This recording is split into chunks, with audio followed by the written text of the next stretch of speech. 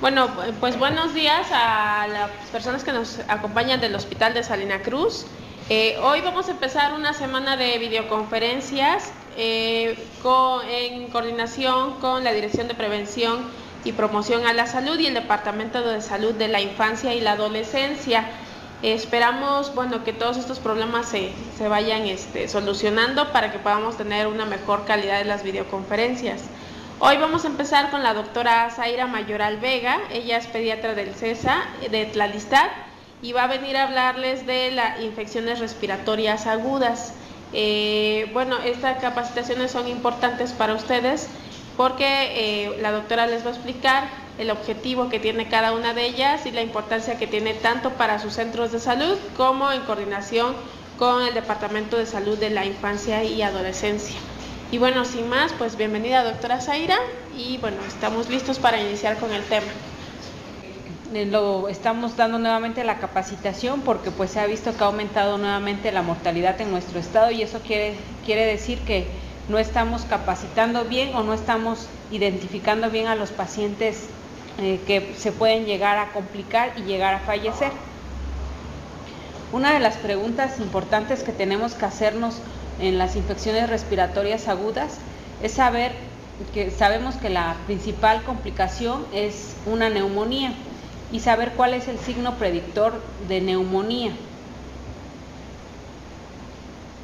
Bueno, el signo predictor de la neumonía es la polipnea. Más adelante vamos a explicar un poquito más sobre esto.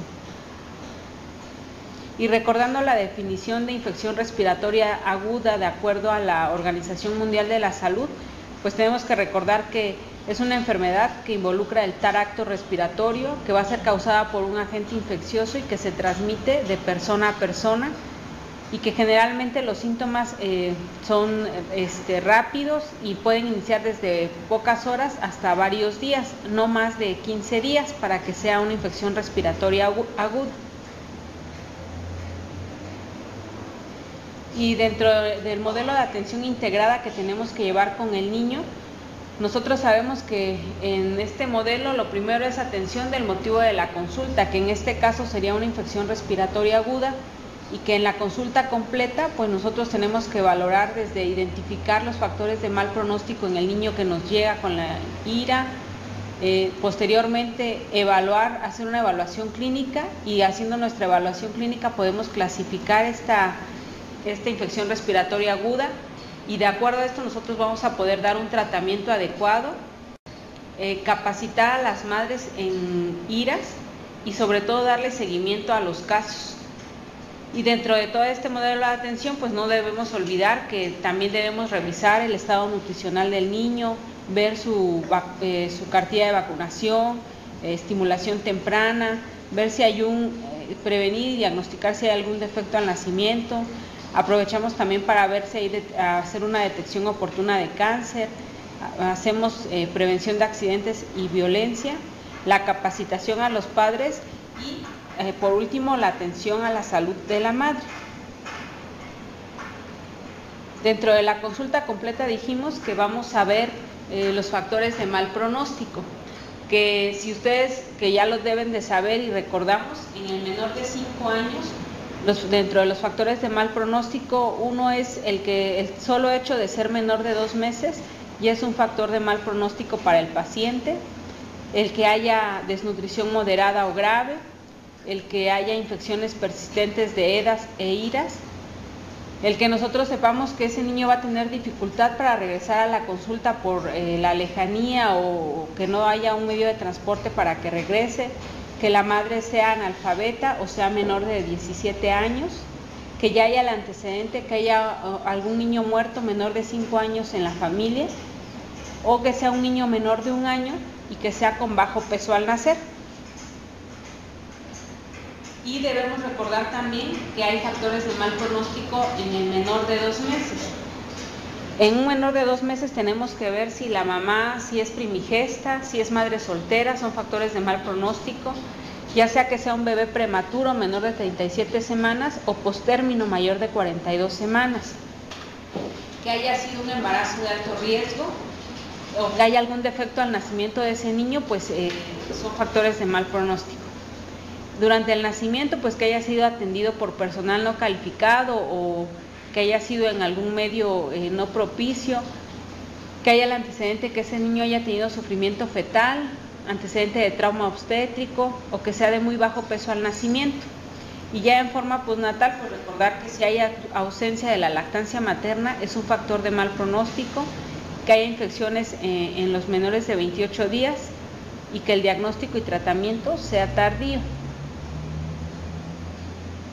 Para que nosotros podamos clasificar las infecciones respiratorias agudas y podamos valorar su gravedad o si van a evolucionar hacia una neumonía, pues es muy importante saber la frecuencia respiratoria normal para cada grupo de edad.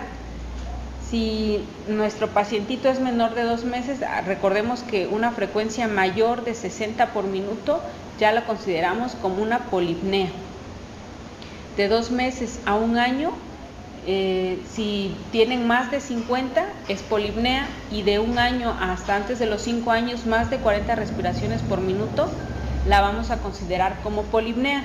Esto a veces si no nos lo aprendemos, pues podemos tener una tablita ahí pegada para que no se nos olvide y podamos identificar en forma oportuna si ese niño está cursando con polipnea.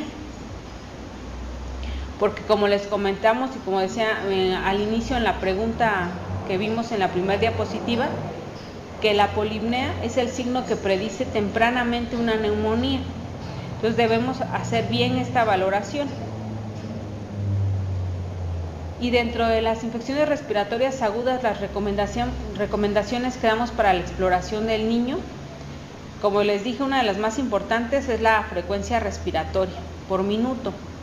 Pero debemos recordar que siempre ese niño tenemos que volver a hacer una segunda lectura o una nueva valoración, porque si el niño llega con fiebre, ya sabemos que un niño con fiebre de forma esperada vamos a ver que va a tener una frecuencia respiratoria alta. Entonces siempre debemos primero controlar la fiebre y después volver a hacer una segunda lectura para verificar si esa polipnea fue secundaria a la fiebre o es por una probable neumonía. También hay que hidratar a nuestro paciente. Un niño deshidratado va a respirar más rápido. Hay que calmarlo. Muchos de los niños que llegan con nosotros a la consulta con la mamá, pues llegan llorando, irritables. Entonces, en ocasiones hasta les pedimos que si es posible que lo sienten en las piernas de la mamá para tranquilizarlo, ofrecerle un juguete, a veces hasta un chupón en los más pequeñitos, para poder checar adecuadamente la frecuencia respiratoria y no nos dé una frecuencia respiratoria alterada. Además, en la exploración física del tórax, pues hay que recordar que siempre debemos primero inspeccionar la palpación, la percusión y la auscultación. Y para esto en los niños, pues debemos descubrirlos. Cuando un niño va por una infección respiratoria aguda a valoración, debemos pedir que se quiten toda la ropa. Hay que observar perfectamente el tórax.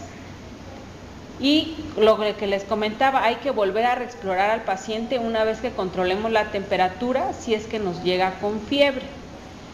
Algo importante que debemos también identificar en los pacientes que van con una infección respiratoria aguda es ver si presentan datos de dificultad respiratoria, que aquí tenemos que verificar si el niño presenta aleteo nasal, si tiene retracción gifoidea, si hay tiraje intercostal, disociación toracoabdominal o quejido, ¿sí?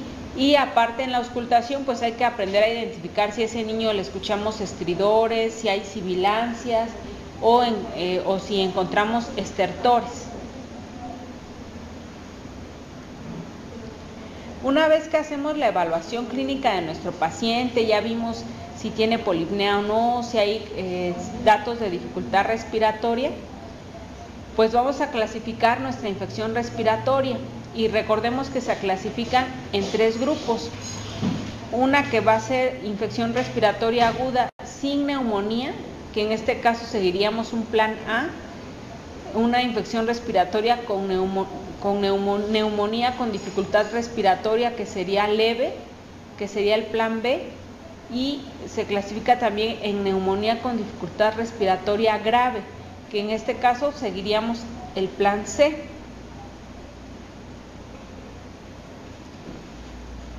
Bueno, hay varios flujogramas que tal vez no van a poder ver ahorita en la pantalla, pero que si un niño tiene una infección respiratoria aguda, ya sea que ese niño tenga tos, que tenga rinorrea, otorrea, odinofagia, y que sea menor a 15 días para que sea agudo, si sí lo tiene, pues va a hacer una infección respiratoria aguda. El siguiente paso, pues al explorarlo, es ver si ese niño está cursando con polipnea o no. Si ese niño no tiene polipnea, pues entonces tiene una infección respiratoria aguda sin neumonía. Y dentro de las infecciones respiratorias agudas sin neumonía, hay que recordar que hay varios cuadros que pueden entrar. Puede ser que esté cursando con una rinofaringitis, con una faringitis, con una faringoamigdalitis, con una otitis media, con una sinusitis, con laringitis, con una bronquitis, una laringotraqueitis y una bronquiolitis, que en este caso, si es una infección respiratoria aguda sin neumonía, pues vamos a seguir el plan A. Pero si este niño sí tiene polipnea, entonces se va a clasificar como infección respiratoria aguda con neumonía. Que esto quiere decir que este niño sí vamos a ver si sí presenta datos de dificultad respiratoria, que ya los mencionamos hace un momento. Si este niño no tiene datos de dificultad respiratoria, pues entonces va a quedar como una neumonía leve.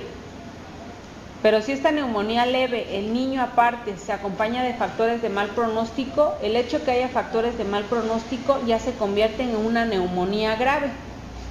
Pero en caso de que no estén presentes, entonces vamos a seguir el plan B. Pero si hay factores de mal pronóstico y aparte también hay datos de dificultad respiratoria, que ya sería una neumonía grave, seguiríamos el plan C. Ahora, dentro del plan A, que son las infecciones respiratorias agudas sin neumonía, y que sería el plan A que vamos a seguir, que ya mencionamos qué otros cuadros entrarían en esta IRA, pues hay que recordar de identificar cada cuadro. Si es una rinofaringitis, pues nuestro pacientito va a presentar estornudos, puede tener rinorrea, obstrucción nasal y odinofagia. Si fuera una faringitis, pues generalmente se acompaña de fiebre, de hipertrofia amigdalina, ¿sí? De una bronquitis, pues en ocasiones hay estertores bronquiales y tos productiva. Una laringitis, pues va a haber disfonía. En la bronquiolitis hay que recordar que esta se caracteriza de que escuchemos sibilancias. Y en la laringotraqueitis no hay que olvidarnos de la triada de la disfonía, la tos traqueal y el estridor laringio. ¿Sí? Hay que recordar además que todas las infecciones respiratorias agudas, en el menor de 5 años y más en el menor de 1 año, el agente etiológico o los agentes etiológicos más frecuentes son de origen viral. Entonces la mayoría no va a requerir que demos manejo con antibiótico, no tenemos por qué estar utilizando de más los antibióticos.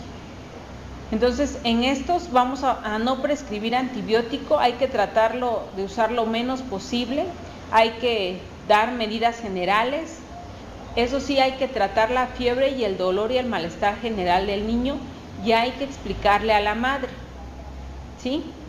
Con esto lo podemos dar de alta, pero antes hay que capacitar al responsable del niño, ya sea la mamá o quien sea el encargado de su cuidado. En el plan A también pueden entrar las faringoamigdalitis, que en ocasiones la faringoamigdalitis, la sinusitis y la otitis media aguda Generalmente ya están, aparte del agente viral, ya se sobreagregó algún agente bacteriano.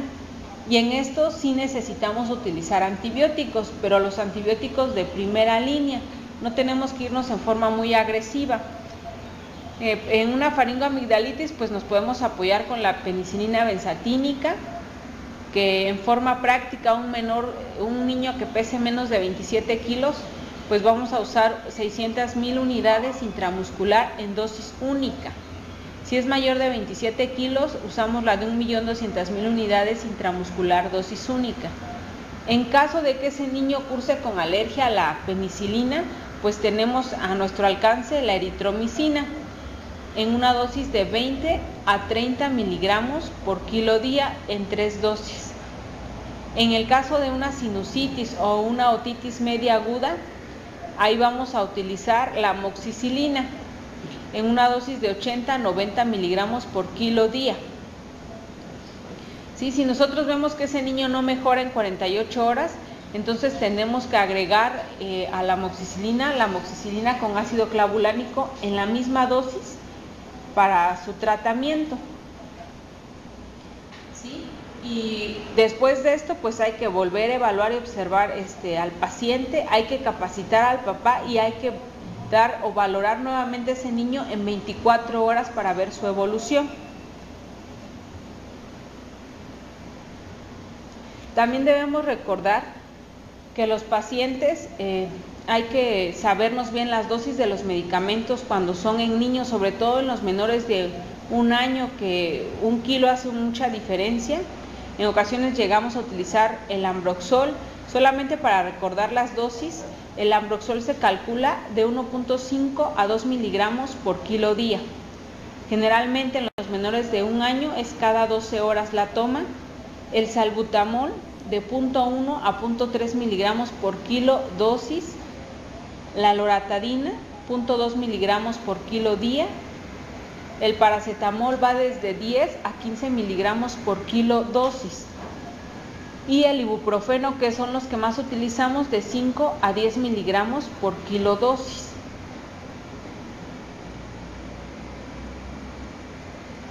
Que son los que utilizamos más en el plan A. En el caso del plan B y el plan C, que ya es una infección respiratoria aguda, acompañada con neumonía, lo único que lo va a diferenciar es si está acompañada con datos de dificultad respiratoria. Si no tiene datos de dificultad respiratoria, va a ser una neumonía leve. Y hay que ver si ese niño tiene factores de mal pronóstico. Si no tiene, seguimos manejando como neumonía leve y nos iríamos al plan B. Que en el plan B, que ese lo tenemos también que manejar nosotros, pues hay que a seguir las medidas generales, que en este caso serían, pues el niño tiene que continuar con su alimentación habitual. Tenemos que indicarle a los papás que tienen que incrementar su ingesta de líquidos y debemos iniciar un tratamiento médico ambulatorio, que en este caso sería con la amoxicilina de 80 a 90 miligramos por kilo día.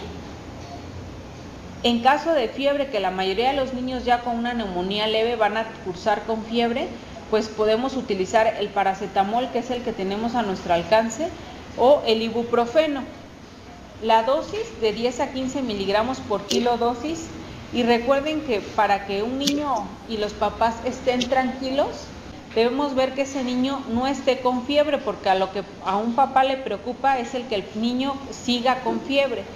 Entonces podemos darle, generalmente la dosis la indicamos cada 8 horas, pero si ustedes ven que ese niño no se logra controlar la temperatura y aparte continúa con malestar general, pues la podemos dar hasta cada 6 o cada 4 horas. En caso de que nosotros escuchemos sibilancias en ese niño, pues entonces vamos a apoyarnos del salbutamol, pero el del salbutamol en aerosol. Tenemos que dar 2 disparos. Y eso sí lo debemos hacer con un espaciador o con una cámara espaciadora, que es lo ideal. En nuestras comunidades en ocasiones pues no contamos con la cámara espaciadora o el paciente en su casa no va a poder adquirirlo. Podemos utilizar hasta un vaso de unicel o un bote de agua y adaptarlo para usarlo como una cámara espaciadora, que no es lo correcto. pero cuando pues no tenemos o no contamos con ese recurso, pues lo podemos hacer. Si un niño con infección respiratoria aguda y con neumonía tiene datos de dificultad respiratoria, vamos a seguir el plan C, porque ahí ya sería una neumonía grave. Y ahí también puede entrar, aparte de la neumonía grave, el que sea una laringotraqueitis que sea acompañada por dificultad respiratoria o una bronquiolitis acompañada con datos de dificultad respiratoria. En este caso el plan C ya no nos va a tocar a nosotros como tal darle seguimiento, lo tenemos que referir a un segundo nivel, pero al referirlo a un segundo nivel nosotros debemos ver que ese niño vaya en las mejores condiciones en su traslado. Y las medidas que debemos tomar si ese niño tiene dificultad respiratoria, pues es administrarle oxígeno de 4 a 6 litros por minuto, ¿sí? Y debemos iniciar el tratamiento médico ambulatorio, que en este caso sería con la ampicilina, 200 miligramos dosis única IV, o con la penicilina sódica cristalina, 100.000 unidades por kilo de peso intramuscular en dosis única, en lo que llega al hospital donde lo van a seguir tratando. Si ese niño tiene fiebre, pues también hay que empezar a manejar la fiebre desde que sale de nuestra unidad, con el paracetamol también o el ibuprofeno. Y si además cursa con sibilancias, pues también tenemos que utilizar el salbutamol en aerosol. Dentro del tratamiento adecuado que dijimos de las medidas generales, tanto para el plan A como para el plan B, les vamos a recordar que el incremento de la ingesta de líquidos va a ayudar a que ese niño se recupere más rápido, a que si hay secreciones se fluidifiquen y sea más fácil para expulsarlo en los niños. Hay que explicarle a la mamá que tiene que llevar su alimentación habitual, no hay que restringirle ningún alimento, y que como generalmente estos niños van a cursar con odinofagia, pues esto hace que no coman porque les duele al deglutir. Entonces lo que podemos explicarle a la mamá es que le haga por pequeñas fracciones la comida y que coma frecuentemente, hasta 5 o 6 comidas durante el día. Si el niño cursa además con otorrea, porque curse con una otitis media, pues hay que explicarle a la mamá que le tiene que hacer la limpieza del conducto auditivo externo con gasitas limpias 3 veces al día o en ocasiones más veces en caso necesario. Otra medida es evitar que que entre agua dentro de ese conducto auditivo, que en ocasiones les pedimos a las mamás que una torundita de algodón le pueden poner vaselina y se la pueden colocar cuando se bañen para evitar que entre agua dentro del oído. Otra medida que debemos realizar pues es controlar el dolor, la fiebre y el malestar general, que ya dijimos, con el paracetamol o el ibuprofeno, que no nos debe dar miedo que en caso de que la temperatura no se logre controlar a las 8 horas, pues entonces podemos incrementar cada 6 o cada 4 horas. Y a veces hasta tenemos que alternar el paracetamol con el ibuprofeno y cada uno va a quedar como si fuera cada 4 horas. Pero cuando utilizamos esta combinación, sí debemos enfatizarle mucho a la mamá que debe tomar suficientes líquidos para que el medicamento también no cause ningún daño a su riñoncito del bebé. Otra medida que debemos observar más en los menores de 1 año es el mantener permeable las fosas nasales. Ustedes deben recordar que un recién nacido o los menores de 6 meses, ellos generalmente su nariz es muy pequeña y sus fosas nasales son más pequeñas y no pueden, el manejo de las secreciones no la pueden ellos manejar adecuadamente. Entonces siempre hay que explicarle a la mamá que tiene que vigilar que esas fosas nasales estén permeables, que no estén obstruidas por moco. En ocasiones hasta el que les mandemos algunas gotitas para suavizar esas secreciones y las puedan expulsar, la limpieza con perilla en caso necesario. Algo más que debemos tener en cuenta es que no debemos abusar de los jarabes de la tos. Hay que recordar que muchos de estos jarabes no como tal nos ha comprobado que realmente sean que nos ayuden con la tos, y debemos explicarle a la mamá que la tos es un mecanismo de defensa, que un niño que tiene tos lo hace como defensa para tratar de expulsar las flemas que tiene. Entonces no debemos dar jarabes que inhiban la tos del niño. Entonces la capacitación del responsable del niño, que generalmente va a ser la mamá, tenemos que explicarle muy bien eso. Y aparte, pues debemos también explicarle que evite el abuso de supositorios del paracetamol en los menores de 1 año, porque en ellos pues fácilmente podemos superar la dosis y causar una intoxicación. Acuérdense que en la Secretaría de Salud pues los supositorios que manejamos generalmente vienen de 300 miligramos, y un niño menor de 1 año pues mucho pesa 10 kilos, que le tocarían 100 miligramos, o sea un supositorio de 100 miligramos, y no contamos con esos en la Secretaría de Salud. Entonces en ellos es mejor no usarlos ni darlos de forma indiscriminada.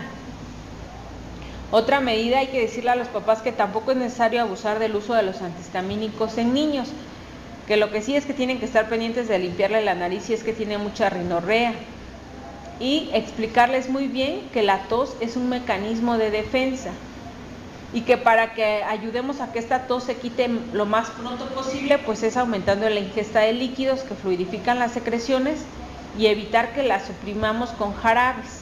Sí, pero eso hay que explicarle a los papás, de que la tos no se va a quitar de un día a otro, que a veces puede durar 3, 4, 5 o hasta una semana completa, que cada vez debe ser menos, pero eso significa que su organismo de su niño se está defendiendo. Y algo más que no se nos debe pasar de explicar y capacitar a los papás, y nosotros también saberlo, son los signos de alarma de infecciones respiratorias agudas. Nosotros normalmente revisamos al bebé, hacemos la evaluación, lo clasificamos, damos el tratamiento, capacitamos a los papás y debemos enseñarles los signos de alarma. Que ustedes, como ya lo saben, los signos de alarma, uno es el que respire muy rápido ese niño. Que observemos que tenga dificultad respiratoria, que hay que explicarle a los papás en qué consiste el aleteo nasal, la retracción gifoidea, el tiraje intercostal, ¿sí?